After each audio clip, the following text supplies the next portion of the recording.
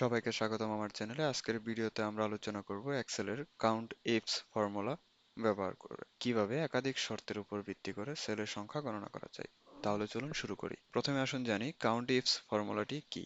এক্সেলে count ifs ফর্মুলাটি ব্যবহার করে আপনি নির্দিষ্ট একটি রেঞ্জ বা রেঞ্জগুলির মধ্যে থাকা সেলগুলির সংখ্যা গণনা করতে পারেন যা একাধিক শর্ত পূরণ করে। এটি কাউন্ট ইফ ফর্মুলার মতো, কিন্তু এখানে আপনি একের অধিক শর্ত ব্যবহার করতে পারবেন। কাউন্টিফস ফর্মুলার সিনট্যাক্স গুলো হলো countifs range 1 criteria 1 range 2 criteria 2। Range 1 range 2 ইত্যাদি হলো সেই সেল বা রেঞ্জ যা আপনি গণনা করতে চান। ক্রাইটেরিয়া 1 ক্রাইটেরিয়া 2 ইত্যাদি হলো সেই শর্তগুলি যা অনুযায়ী আপনি সেল গণনা করবেন। চলুন একটি উদাহরণ দেখে নেই। ধরুন এখানে একটি টেবিল রয়েছে যেখানে 25-এর সমান ফ্রুট ক্যাটাগরিতে কতগুলি সংখ্যা রয়েছে সেটি গণনা করতে চাই। সেক্ষেত্রে আপনি যে সেলে সংখ্যা গণনা দেখতে চান সেখানে ক্লিক করুন, যেমন ধরুন D3। তাহলে সমান দিয়ে কাউন্ট ইফস ফর্মুলাটি লিখুন। এখন যেহেতু আমরা B2 থেকে B6 রেঞ্জের মধ্যে গণনা বের করতে চাচ্ছি, সেক্ষেত্রে B2 থেকে B6 সিলেক্ট করব, কমা যেহেতু আমরা 25-এর সমান দেখতে চাচ্ছি সেক্ষেত্রে আমরা 25 লিখব। এখন আমরা আরো একটি শর্ত দিতে চাচ্ছি যেখানে ক্যাটাগরি ফ্রুট থাকবে, সেক্ষেত্রে